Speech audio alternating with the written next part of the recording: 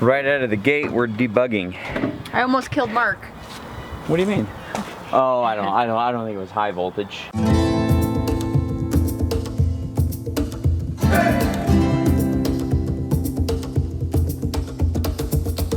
Free drinks. At the end.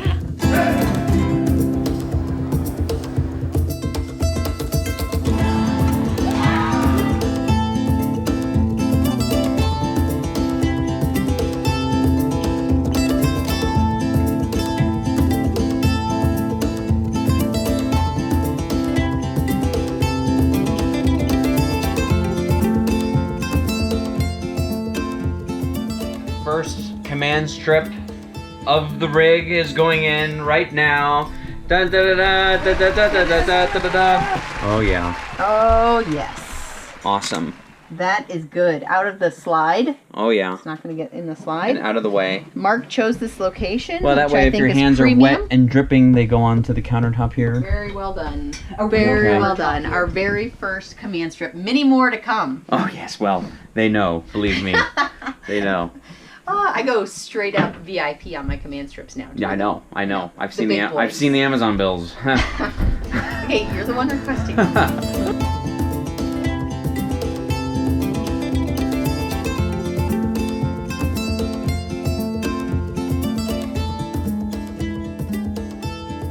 Okay, Trish had some things to mail, and she had to go to Sprouts. And I've learned that when Trish goes into a grocery store, I better have something good to do, something to truly keep me entertained for a long time. I think that this is really funny because you couldn't park fast enough because you actually wanted to go inside Lowe's. But that's not the story. The story is... And I was back at it's the only 'cause I'm rig experienced. before he was. I'm experienced. So I just want you to know that although it seems to be going this way, it's really... Okay, I went into Lowe's because we had to start making the first modifications to Ginger. We went to Sprouts. Now I have a place to put it. We got some salads so that we can eat on the road. Refilled our stuff so we can make a good dinner tonight. Have a salad and have stuff for breakfast and everything else because it's expensive to be like, okay, we're going, but nobody's had anything to eat. Mm-hmm. And then you end up at a restaurant and it never ends well. So just went to Lowe's, and let me share with you the first upgrades that we are going to be doing. This is the faucet for the bathroom. The standard sink faucet is like a super low faucet, hard to use. So I got one that goes up really nice and high. It's basically just a standard 4-inch hole opening.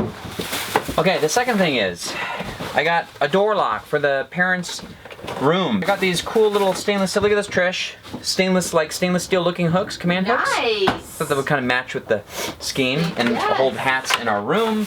And I got Trish a whole bunch of command strip stickers only for the command strips we already have. And then the bathroom door does not have a lock either. So I have this little hook, and I don't know if it'll stay in the up position. This is what I'd love to do, to mount on the top of the door and then just slide it up. And I have these hooks, which is really industrial. I really don't want to put an eye bolt in the door and then an eye bolt on the frame and latch it over, but this would work. There's already been an argument because of the bathroom not having a door lock on it, and I imagine there's gonna be a lot more arguments to come. So these are the very first upgrades. So when we get to Denver, I'd like to see if that door lock is gonna work. Yeah. Well, and the faucet. I can't wait And for the you faucet. Because, you know, you want me to get right on that? Washing your face like this is tricky. Will you go like this? Yes. Okay, so while Trish was in the post office, I kept myself busy with measuring the length of this entire rig because it is so much more obviously longer. Oh wait, I thought, how long is this thing? So Caleb helped me out, and it is 59 feet 7 inches. Is that not insane? So Dakota Ridge is probably very nice. The pictures look nice on the website. With the Good Sam rate, it's $50, which is like, okay, like that's fine. $5 per night per kid, and we're staying there 5 nights. Just.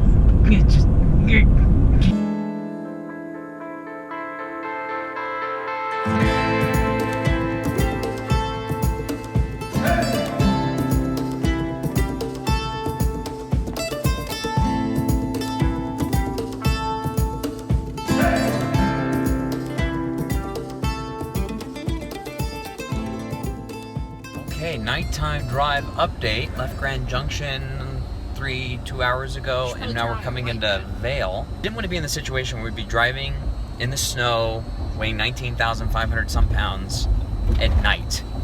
But here we are. So I think our plan is what, Trish? Just go slow. Watch the road. Be careful. So we'll just keep you posted on this. Let me turn on the GoPro to see if you can get any of the snow coming off. Anyway, it's kind of exciting. It's kind of a little bit scary. Oh man, look at that. It's dirty. God, it was bound to happen.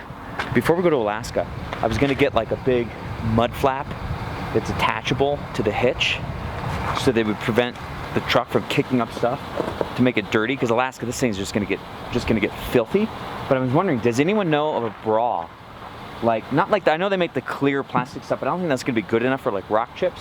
I'd love to fabricate something or make something out of like heavy duty material to protect it in really bad weather. $95. Fuel right here, we're near Vail, and fuel right now is $4 a gallon. Anyway, we're in a situation that we really did not want to be in. What time is it? It's 7:04 at night. Wasn't in autofocus.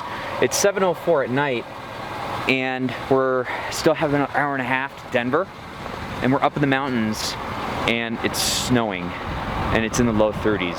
So a lot of people said, they sent us comments. They said, "How are you handling the snow? Driving on icy roads with the rig? Do you have chains?" And I said, "Well, our plan is to just drive when it's sunny." That's what I said. How's it going? What? How's it? You want to keep driving or you want me to drive? I can keep going. Okay, right out of the gate, we are debugging. Last night we realized that the fridge is giving us an EO air, which of course I've never seen before because our previous fridge didn't even have LED something or other. So one thing we never really considered about having an outside kitchen is the fact that we have a secondary fridge in case the primary fridge goes bad. So we came out here last night and we fired that up and we put all the eggs and the milk and the whole that stuff in this guy. But then I did a quick search for Grand Design Dometic EO Air. Someone said that the connections of the pins to the control panel need to be like pulled off and cleaned and reestablished and whatnot. They said pull the power from the 110. So I started going in there. What's funny about this is that when I did the walk around with Troy, he said there is honestly no reason for you to be in here other than if you have to service it. That's the first thing that I started going in and tinkering with. So anyway, I unplugged the power. I found where the control panel is. It was kind of hard to get to, and I started pulling out pins, blowing on them, putting the pins back in, and well, it seemed to work because the fridge is back online. We'll give you one guess where we are. We're in Golden, Colorado, at the Coors Brewery Factory, which is just outside of Denver. And if you are here, you will be able to do a Coors tour as well for free. Yep, free drinks.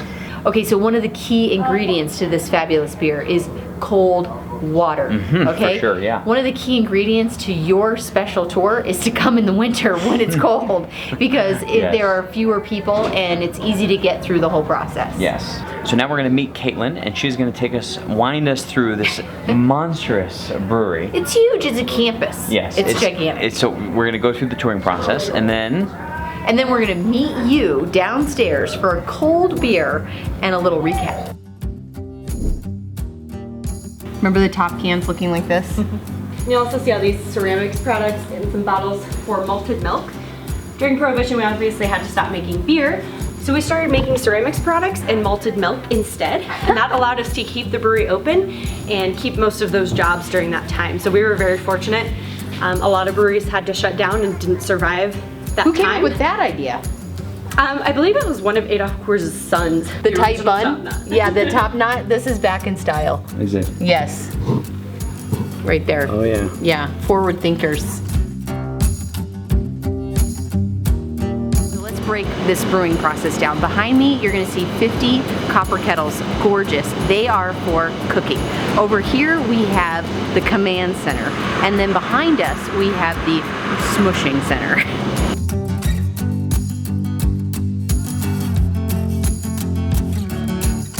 So we're at the a part of the tour where there's like a little Q&A session, there's a little outdoor window right here, it's not a green screen, and there's like little FAQs, what would these be called? Like trivia.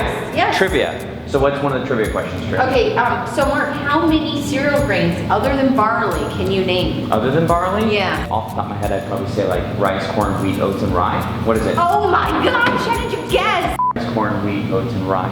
Okay. Rice, corn, damn. One more time, what is it? Rice, wheat, one more time.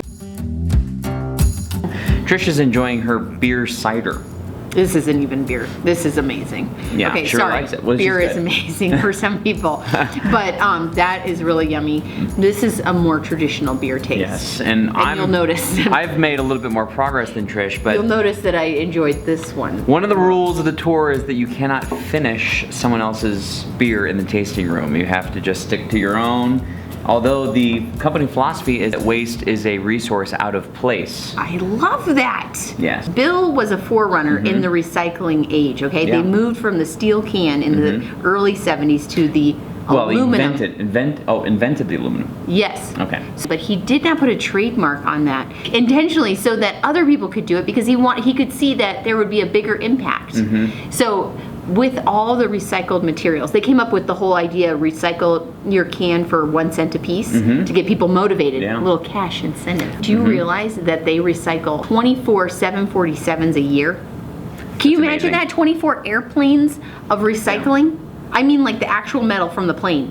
That's how much is recycled. That's incredible. Amazing. A lot of innovation here. In fact, Bill Coors just turned 101 years old, and he is the grandson of Adolf Coors, who founded the company in 1873. It has been an absolute blast. Caitlin has toured us around. She has been here. She is a master of her trade. When the tour is over, you can pop over into the tasting room, and is it unlimited beer or just a couple? Three, and you can enjoy 3 beers on tap. They're pretty tasty. Another important piece of information: there's a few different types of tours. There's called the short tour, and the short tour, what do? Go straight to the tasting room? Yes. That's yeah, your green band. We've met a very nice couple here, and they've informed us that there is a short tour, and you get a green band, and you can skip the tour, go right to the tasting room. That's pretty good. That's pretty good. That's pretty good.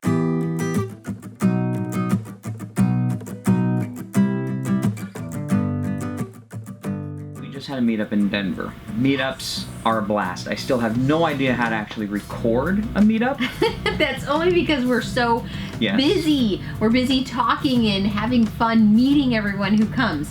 But we thought we would bring you to the meetup and show you what it's like and let you know some of the questions that we get. And share some of the thoughts we have, because what we've found from these meetups is that people come to the meetup and they end up meeting people in their own area that RV. So Yes. friendships end up getting made at these meetups. Some of the questions that get asked. One is, what do you like most about RVing? One of the things that I love most about RVing is that we get the opportunity to do things that we wouldn't otherwise get to do, like meet family all around the United States. So when we were in Denver, our good friends, the Augustines' daughter was performing against Denver in gymnastics.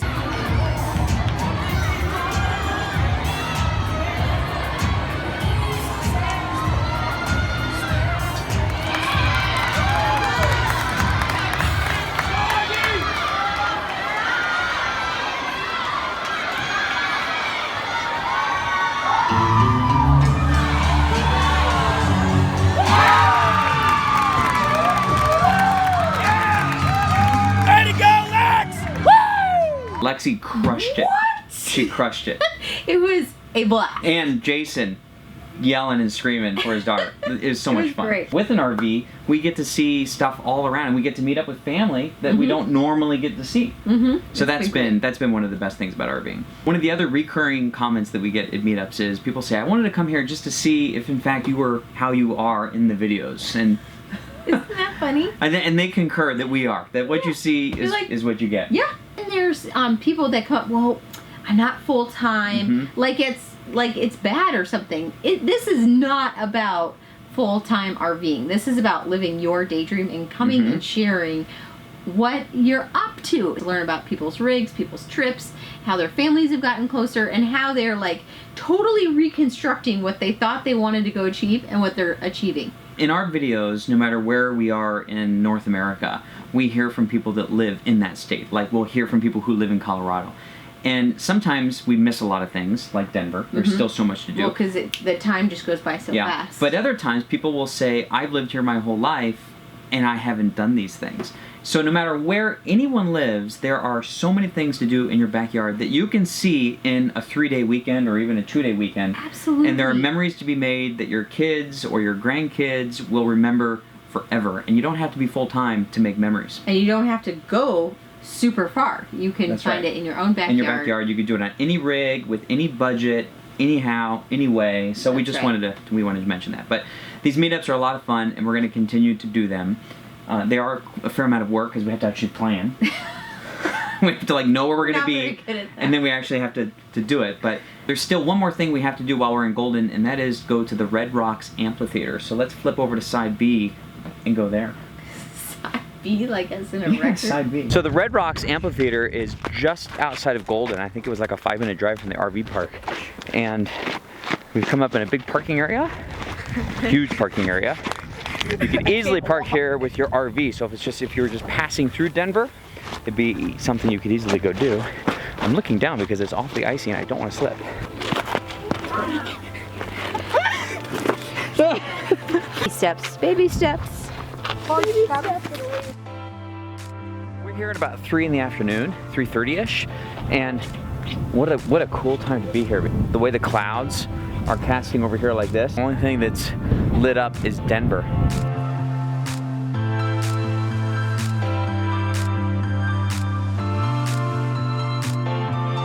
This is awesome lighting. This is such a cool place. And the name of the game here during the week is a workout. And there's a ton of people here working out. And it looks like everyone's kind of running across each row and they're going up. And I saw a couple of people and they like do a series of stairs and then they'll do like 10 or 30 push-ups, some burpees. And so they're using the rows to kind of calibrate how much work they're gonna do. So I'm still trying to figure out what I'm actually gonna do here, and it's preparation for the incline in Colorado Springs.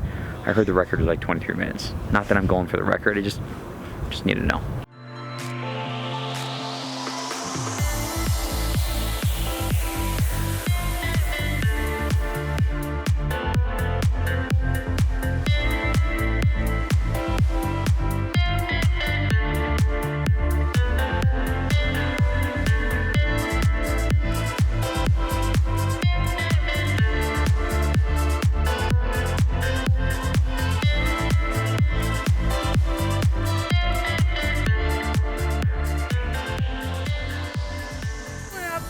All the stairs, all right?